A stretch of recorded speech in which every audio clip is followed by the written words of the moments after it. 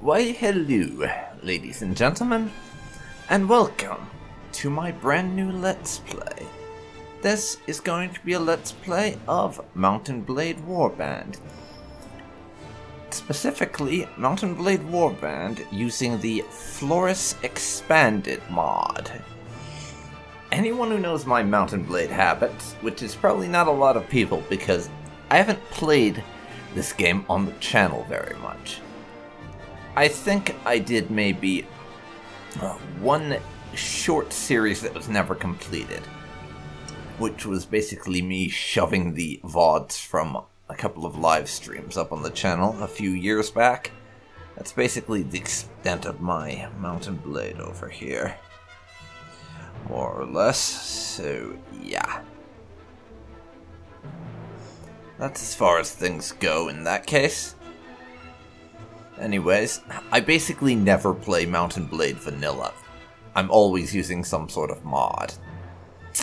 But my favorites at this moment in time are definitely A Clash of Kings, Anno Domini 1257 I think is the name. It's the one that puts you in the middle of medieval Europe basically. Gekujo Daimyo Edition, Prophecy of Pendor, and I forget the name of the next one that I seem to end up playing, but it's this unique fantasy world mod, which adds in like elves and stuff. I honest to God don't know the name of the damn thing.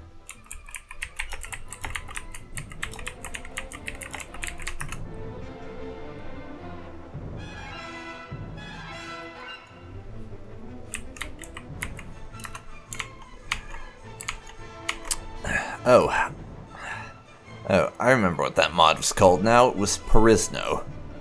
I'm an idiot. So yeah, all of those, as well as the Florus Expanded mod, are the ones I go with. Very occasionally, Calradia at War. But I've sort of started to fall out of love with Calradia at War, for a variety of reasons. And started to more prefer Florus Expanded for when I want an experience that's closer to vanilla. Which is what I'm going for here. I'm not looking for a total overhaul that literally changes the map into a completely different fantasy world, but I do want a lot of changes. And Florus is my favorite mod that lets you keep the vanilla experience in some ways, but also make significant changes. But with that out of the way, I think it would be time for me to hit new game, so we can get started with this, and I will explain what kind of playthrough this is going to be. First thing you probably should know is that while I have a decent amount of Mount & Blade Warband experience, I'm by no means a veteran. I have, I'd say, about 100 hours in this game, so nowhere near my Crusader Kings or Stellaris hours. But it is one of my favorite games of all time, and I decided I would finally do a playthrough of it, regardless of the fact I haven't actually played a lot of the game in the grand scheme of things. And I've never even touched the multiplayer as well, so I know basically jack shit about that.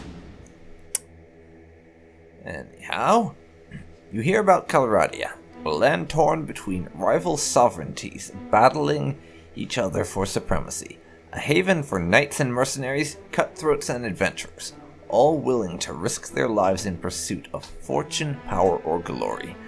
In this land, which holds great dangers and even greater opportunities, you believe you may leave your past behind and start a new life.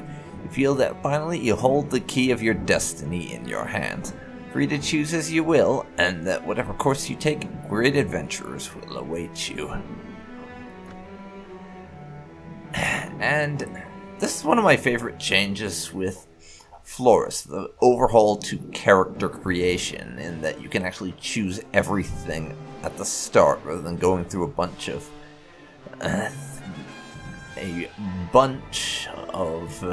different choices, one thing at a time. I can actually just do everything at once, and it gives me the text blurb right here.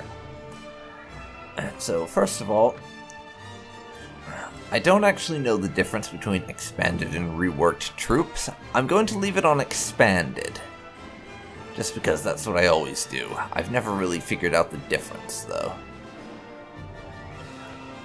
We'll be starting in the Kingdom of Swadia, just because it's a fairly easy starting location.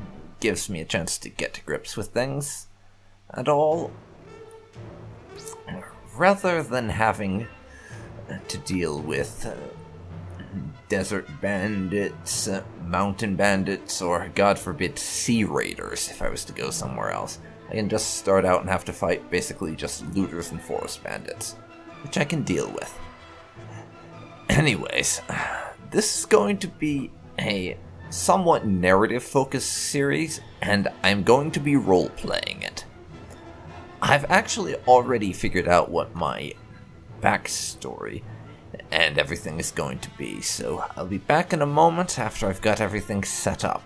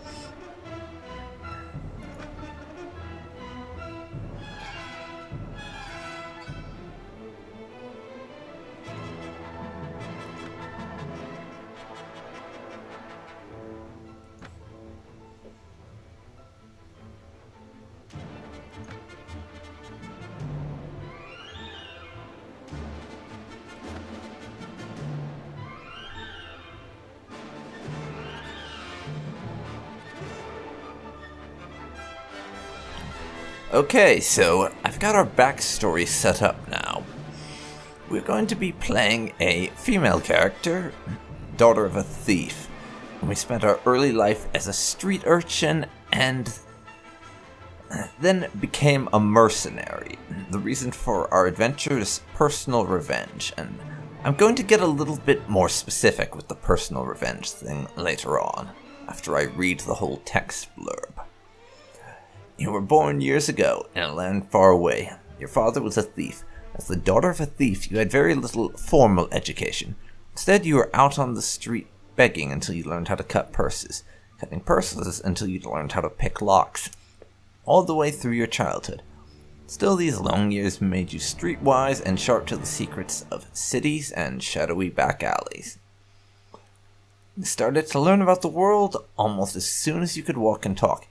Spent your early life as a street urchin.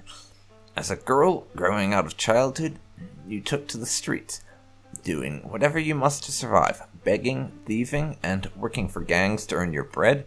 You lived from day to day in this violent world, always one step ahead of the law and those who wished you ill. Then, as a young adult, life changed as it always does. You became a mercenary.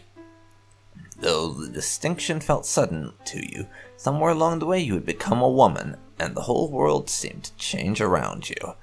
You signed on with a mercenary company and traveled far from your home. The life you found was rough and ready, marching to the beat of strange drums and learning unusual ways of fighting. There were men who taught you how to wield any weapon you desired, and plenty of battles to hone your skills. You were one of the charmed few who survived through every campaign in which you marched. But soon everything changed, and you decided to strike out on your own as an adventurer. What made you take this decision was personal revenge. Only you know exactly what caused you to give up your old life and become an adventurer. Still, it was not a difficult choice to leave. With the rage burning brightly in your heart, you want vengeance, you want justice. What's done to you cannot be undone, and these debts can only be paid in blood. As a common woman, you may face great difficulties establishing yourself as an equal among Calradia's great lords. Yeah, they're not fucking kidding about that. I mean, if I was a female daughter of a noble, then we'd have a bit of difficulty, because being a woman, I would still have some problems. But we could still get this down relatively quickly. But as I'm not only a commoner, but the daughter of a thief, and I spent my formative years as the nobles would see it, petty sellsword, they're not going to be too inclined to rub shoulders with us. We are going to have to really prove our worth before anyone is interested in working for us.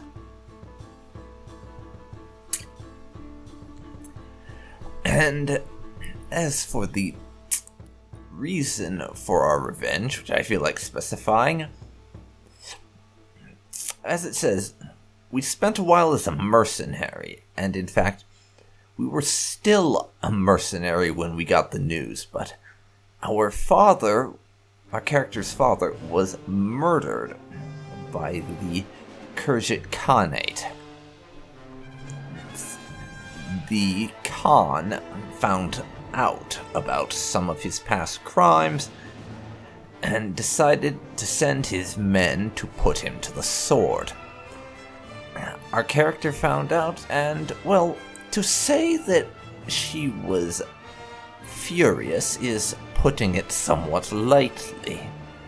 In fact, we have now made it our personal goal to wipe the Khergit Khanate off the map. That's going to be the victory condition, as it were, for this campaign. The Khergit Khanate must no longer exist. That will be when I will consider this finished. When we've wiped them out. And you can see a breakdown of our stats over here. I'm not going to read them off because I'm going to make some changes after I hit done.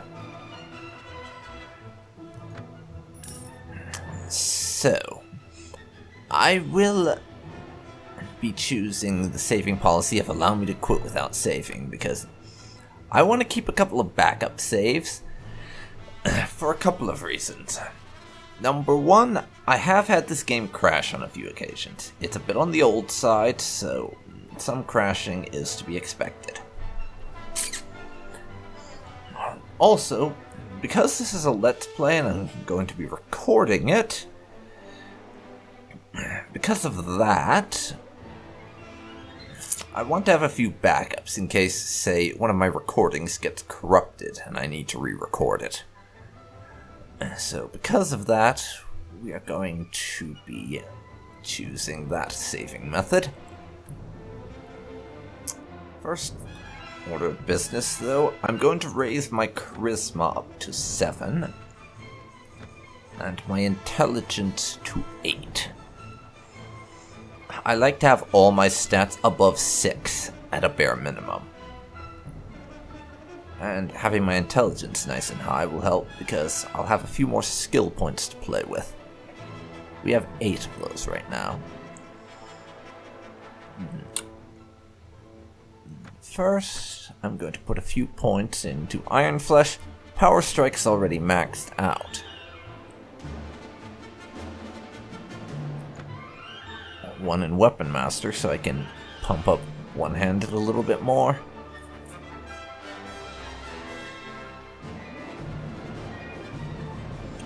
Prisoner management.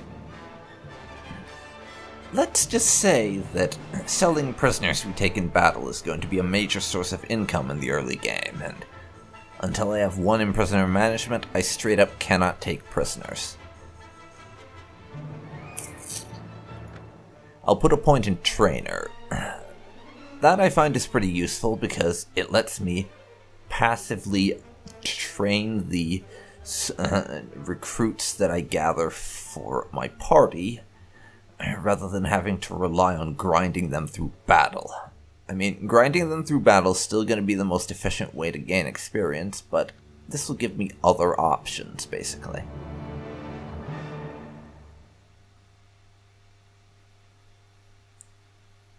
Okay, let's see here. I'll put a point in trade as well, I think.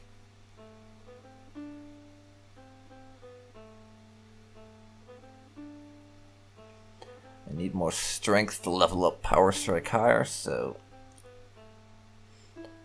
I will put another point into riding, I think. And there, I'm also going to put a little bit into power draw. We will raise our one-handed to 90, and I'll put my last point into archery. As you can see, we have pretty high archery in addition to our one-handed. It's basically our second highest skill.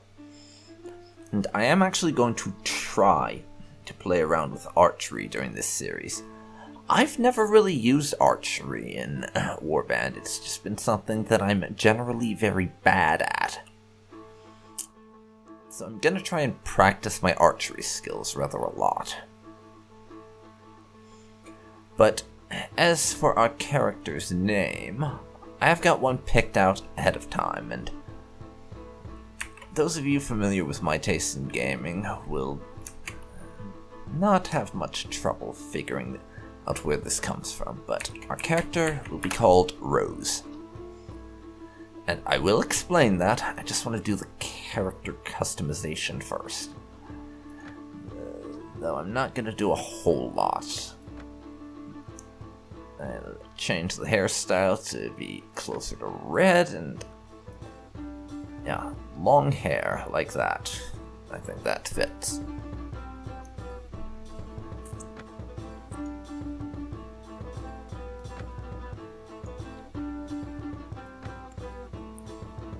Now I just have to make a few changes before we go. Including making our character's nose a little bit smaller.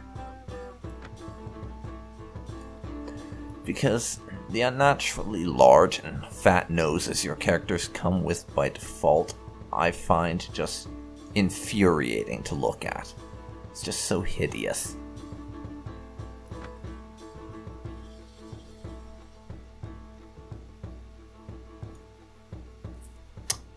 I think that's all the character customization I'm going to do. I don't generally bother tweaking my character's appearance that much as time goes on. I may make some changes later on, because that is one thing that I like to do, just sort of change the character appearance as time advances, to sort of show how they're changing visually as things go.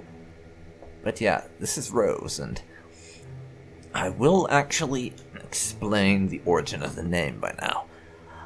I am a big fan of the Fable series of games, and to some degree, I even kind of liked Fable 3, despite its shortcomings.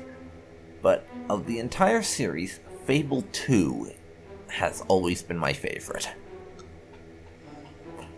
And to this day, I still find it an enormous shame that Fable 2 is the only game in the series to never make it to PC. And in Fable 2, you play as a character named, or more likely nicknamed, Sparrow, and your older sister is called Rose. And that's basically the name, because it's a really cool Fable throwback, and even though you don't get to know her much, I thought Rose was a pretty cool character in what little we saw. So naming a character after her here seemed kinda nice. So I will hit done, and we'll get on with things. You came by caravan through the heartland of Calradia. Green shoots of wheat, barley, and oats are beginning to push through the dark soil of the rolling hills, and on the lower slopes of the snow-capped mountains, herds of cattle and sheep are grazing on the spring grass. Occasionally, too, you catch sight of one of the great war horses that are the pride of the Swadian nobility. The land here is rich, but also troubled, as the occasional burnt-out farm bears witness. Keep a wide berth of the forests, where desperate men have taken refuge, and it is some relief when you crest a ridge and catch sight of the great port of Praven, its rooftop made golden by the last rays of the setting sun. You are exhausted by the time you find the inn in Praven, and fall asleep quickly. However, you awake before dawn and are eager to explore your surroundings. You venture out onto the streets, which are still deserted. All of a sudden, you hear a sound that stands the hairs of your neck on end, the rasp of a blade sliding from its scabbard. It's an ambush! Defend yourself!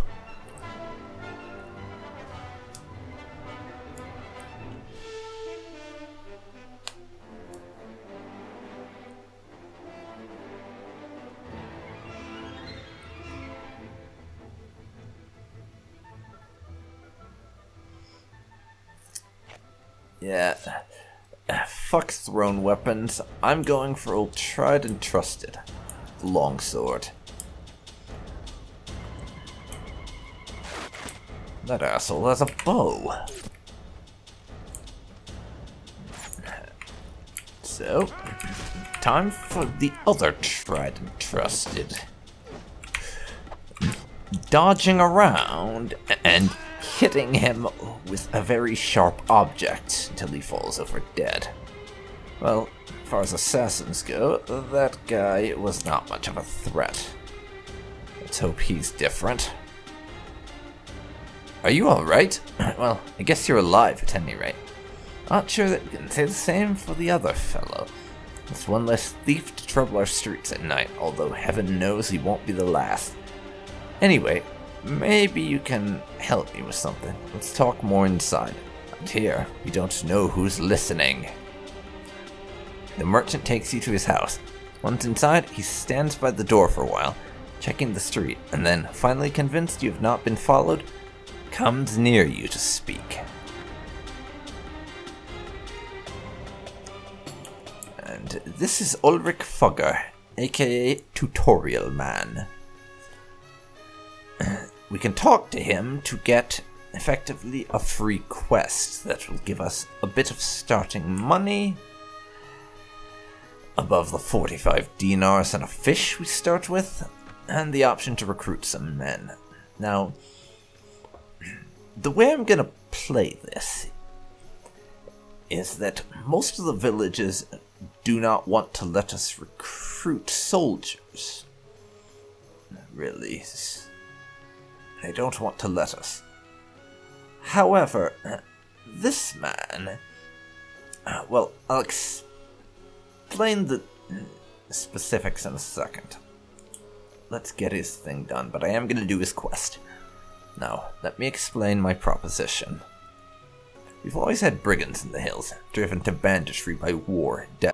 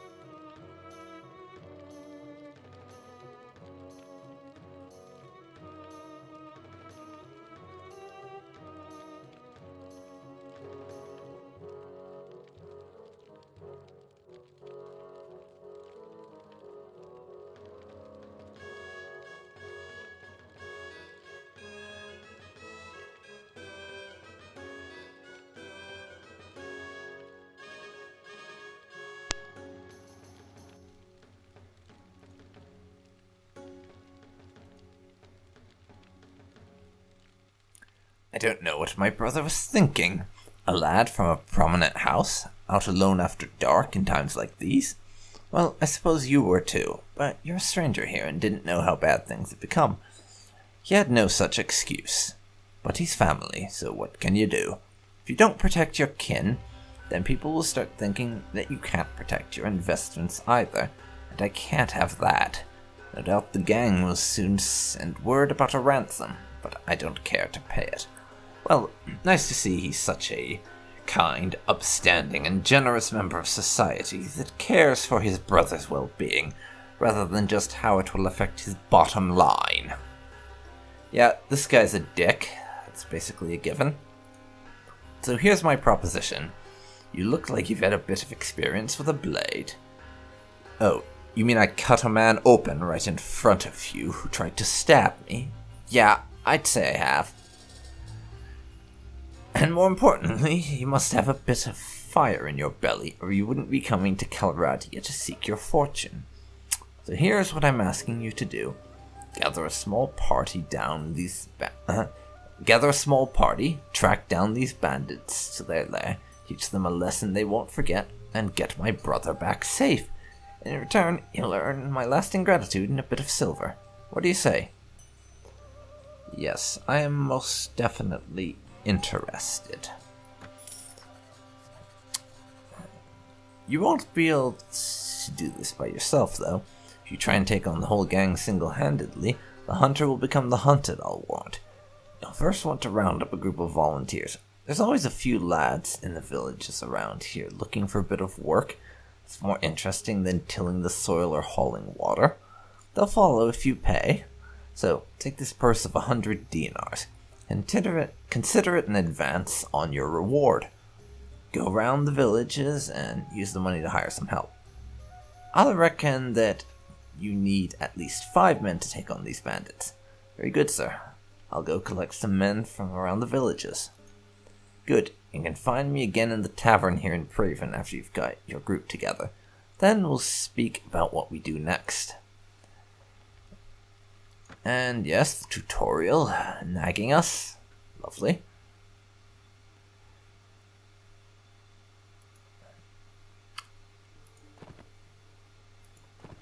And the tutorial, I wanted it to nag us again. Anyways, as I was saying, us being a woman, Rose I mean, it wouldn't make a lot of sense for us to be able to recruit men because of the whole women shouldn't be fighting mentality that you'd get a lot in the Middle Ages. Or basically all the time. So, how I'm gonna play this quest is that merchant, he's put in a good word with some of the surrounding villages. So we'll be able to recruit at them. I'm gonna say Asgard, Vadar, basically the villages Linda, Asgard, Vadar, Nemija. Well,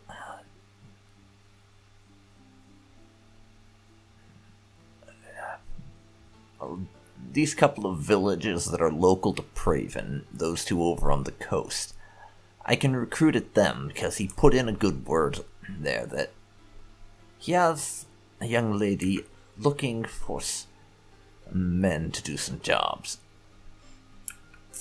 And we can recruit men there as a result of him doing that, but nowhere else. We can't recruit men in any other location. Not yet, anyways.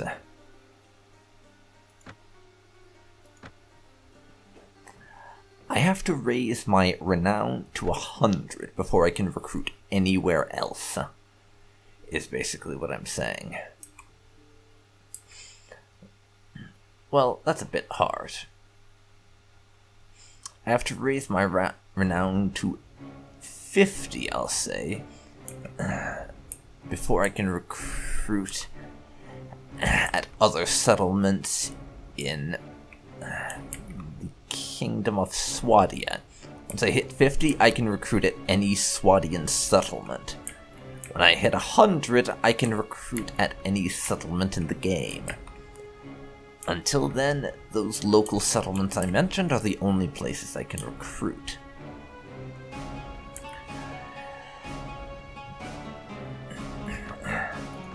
For now, though, I have a few things I've got to do. I need to sell those darts.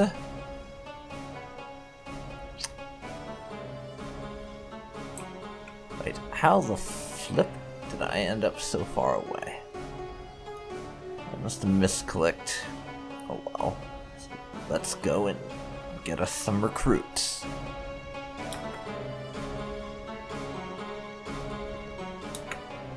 Or we could be ambushed by looters. Oh well. And of course, they want to rob us.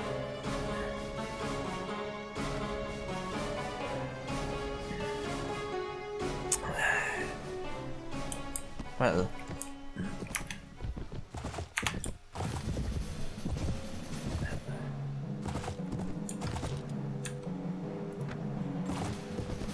thank you very much, my dears. I was hoping to work out some frustration. And you provided me with the ideal opportunity. Yeah. The terrain that you get in the Swadian areas with this mod is a little less flat than in vanilla, so if I struggle a little bit, that's why.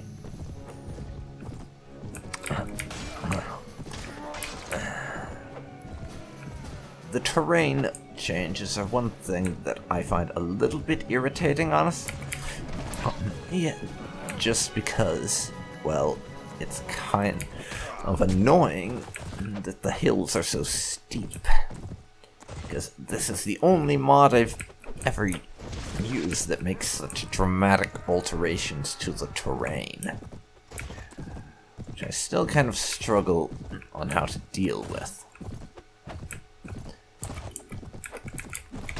For now, though, I will kill some looters and take their stuff. The looters are pretty easy to deal with, even if the terrain is not so much, honestly.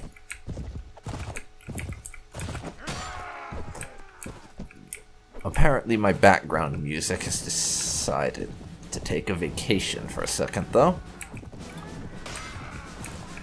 That's most of the looters dead. We're down to just 3. Though I think I know why they made the terrain alterations, basically, because in the vanilla game, if you have a horse and you're smart with the way you swing your blade, you're basically a demigod. So this is just to make it so that looters aren't a complete walkover when you start the game, so you have to actually be a little bit strategic about the way you move.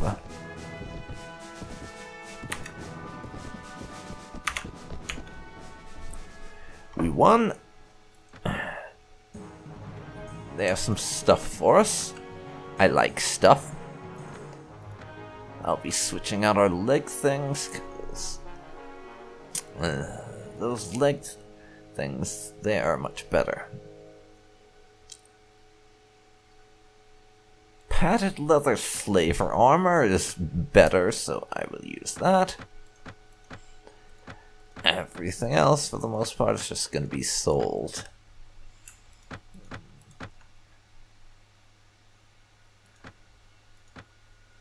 Yeah, it's not much of value, if we're being totally honest. It's gonna make us a teeny tiny amount of money, but that's it.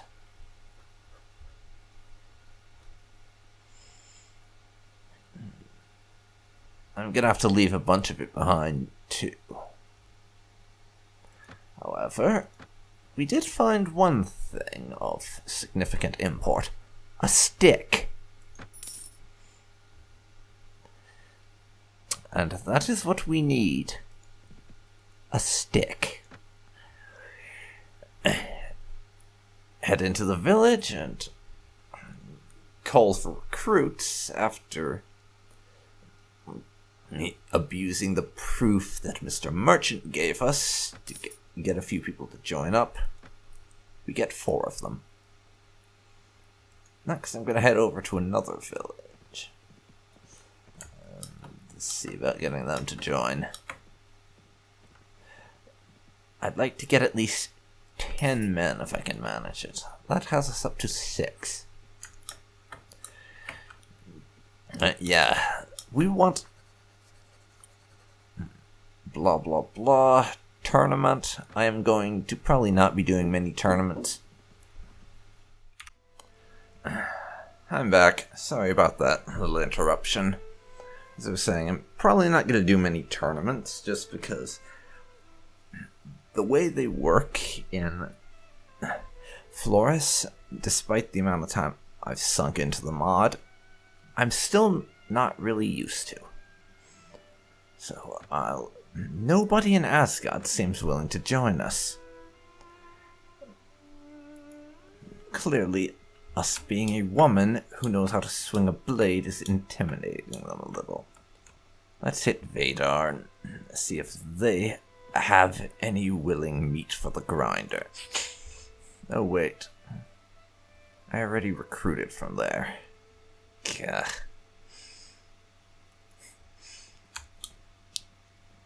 Time to head over to the coast, and we just narrowly avoided those deserters. Good. Deserters this early on are not something we want to be tangling with.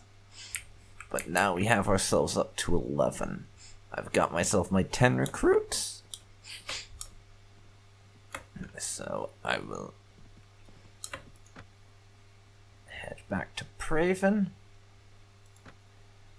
Sell the loot that we have picked up and buy myself a few things.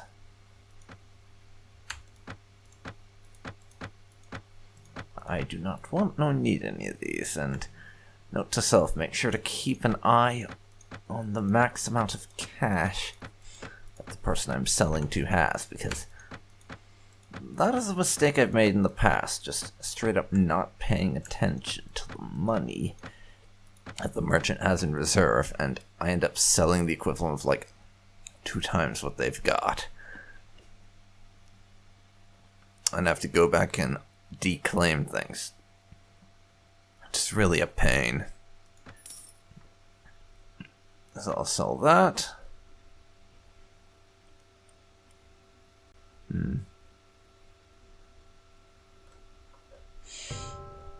Alright, how did I not notice that?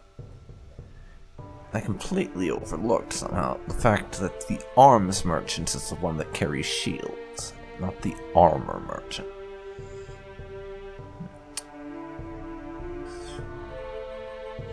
So, we're going to want one, and this thick Swadian striped heater shield is literally the only thing in their inventory, as far as shields go, that I can actually use, because the other stuff requires a shield rating of 2. I only have a shield rating of 1. But now that I have a shield, I'm actually going to be capable of blocking. Because while I can theoretically block using my sword, the mechanics involved in actually doing that are something I am quite bad at. Which is the reason also that I have automatically block on in the game's settings, which I will show you those settings. And we are playing on easy difficulty, with poor combat AI and normal speed and everything. Just because, much as I enjoy this game, I'm not actually that good at it, so I didn't want to go down to easiest, just because I find that in general to be too easy. but I have block direction on automatic. I have the attacks going with my mouse movement just because I rather like that. And those are my settings. And now, let's head into Praven and visit the tavern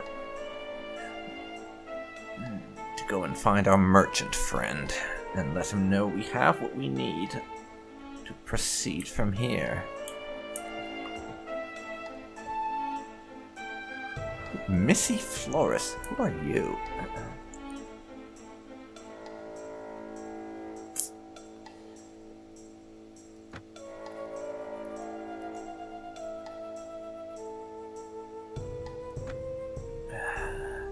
That is such a bizarre name. Some kind of self-insert character, I imagine. And this man is going to be pretty important in the future. Ransom broker. Basically, if we take anyone captive, we can sell them to him for some money. If I remember correctly, this fellow is actually a hero character that we can get as part of our party. Let's see if I'm right about that. Oh there, traveler. You wouldn't be in the market for a tracker, would you? Perhaps I would. What's the urgency, though? Well, madam, it's a long story. I had a bit of a misunderstanding here in Praven about a horse I found tied up outside the inn. It's the spitting image of a beast that threw me a few days back and ran off. Naturally, I untied it for a closer look. As it turns out, the horse belonged to a merchant, a pinch-faced old goat who wouldn't accept that it was all a simple misunderstanding, and went off to get the guard. But if I was with a larger group who could vouch for me, they might let it pass. I'd be very grateful to you.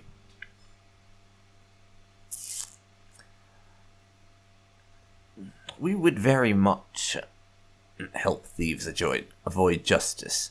I mean, Rose is a thief herself, and her dad was one, so a bit of sympathy for the organized crime establishment. I'm sure you understand. Perhaps. How I know there won't be a misunderstanding about one of my horses. Madam, I'm offended you would even think such a thing. I'd be most indebted to you, and you'll see that I show my gratitude. I've ridden over a fair amount of rough country in my time, more often than not in a hurry. I'm a good tracker, and I've got a good eye for terrain, so what do you say? Good. You can be useful to us, then. I'll be very useful to you, madam, you can bet on that. Just one more thing before we leave. Do you mind lending me 300 dinars? I'm ashamed to say it, but I've made myself a bit of debt here, staying in this tavern over the last few weeks, and the tavern owners no longer believe that I am loaded with gold, as I used to tell them. You know, things can get ugly if they see me leaving with you before paying them. Yeah, I'm afraid I don't have that much money right now, but I am definitely coming back for him as soon as I have the cash on hand. As hero characters are extremely useful. For one thing, they cannot die. They're like the player in that regard. They cannot die. They'll just get knocked unconscious in battle, so you have a perpetual party member if you have a hero character, which is a very useful thing. And you can customize their equipment and level them up in the same way you do yourself. In addition to that, if you ever lose a battle and get taken prisoner, you will lose your entire army of recruits. However, any hero characters that are in the party with you, they will come along.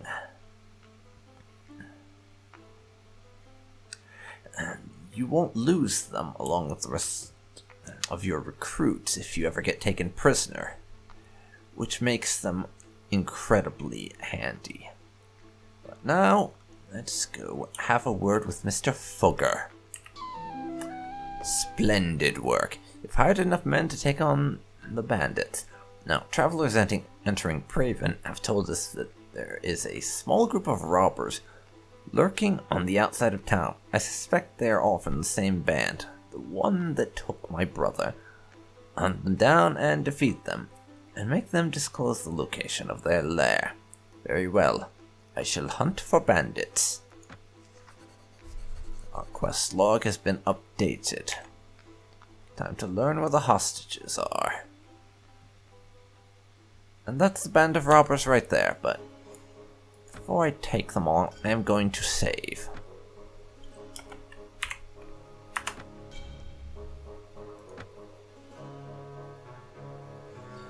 Save successful? Now let's do this. What do you want? I've been looking for you. Tell me where you keep your prisoners, and I'll let you go.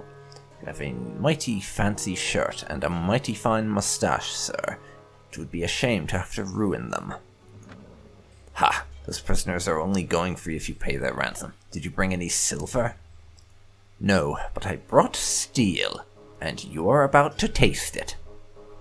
Everyone charge.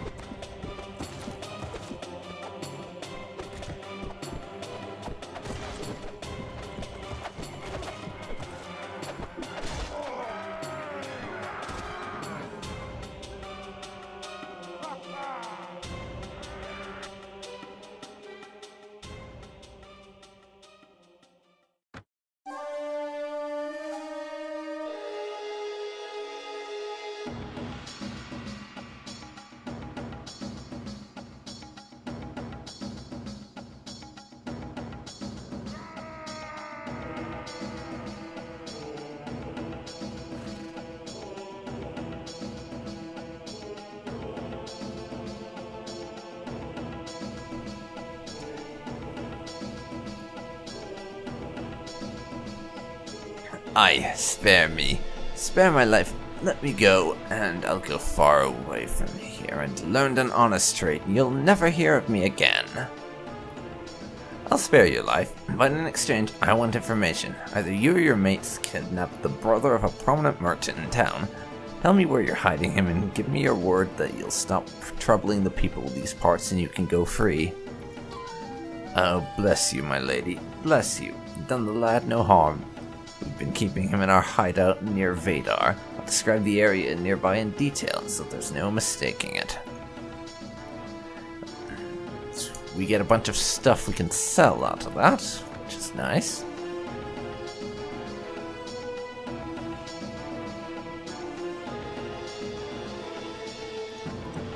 I will switch out for those hunter's boots, though.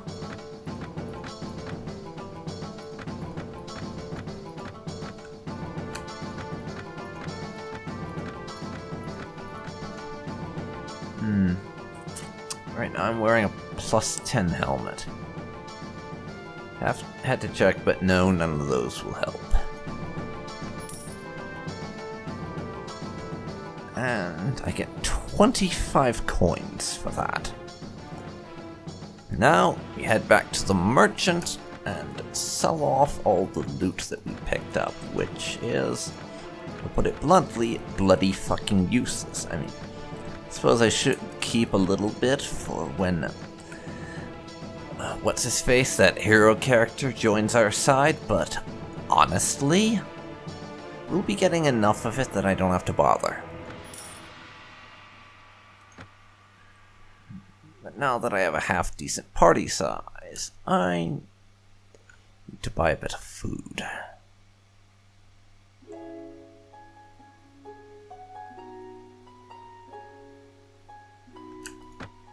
A couple of things of cheap grain. That should do us. Use up 3 slots for food, and we're golden. Now, he said their hideout was near Vadar. You can see it marked on the map right there as Kidnapper's Hideout.